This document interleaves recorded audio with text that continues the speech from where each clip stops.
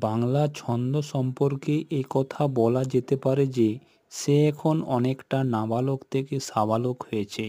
পয়ার ত্রিপদীর গতানুগতিকতা থেকে খুব অল্প দিনের মধ্যেই বৈচিত্র্য ও প্রাচুর্যের প্রগতিশীলতায় সে মুক্তি পেয়েছে। চণ্ডীদাস বিদ্যাপতির আমল থেকে ঈশ্বরগুপ্ত পর্যন্ত এতকাল পয়ার ত্রিপদীর পর রবি ঠাকুরের আবির্ভাবে বাংলা ছন্দে বিপ্লব এসেছে। মধুসূদনের অমৃতাক্ষর অস্বীকার হলেও পয়ারের অভিভাবকত্ব মানা হয়েছে। বিহারীলালের হাতের লোহা যেন রবীন্দ্রনাথের হাতে ইস্পাতে পরিণত হলো।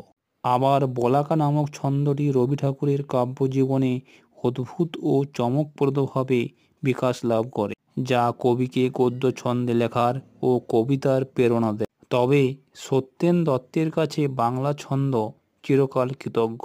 আবার ছন্দের সাথে আবৃত্তি জড়িত, তবে আমাদের বাংলাদেশ ছন্দে অগ্রসর হয়েও আবৃত্তির ব্যাপারে মনোযোগহীন।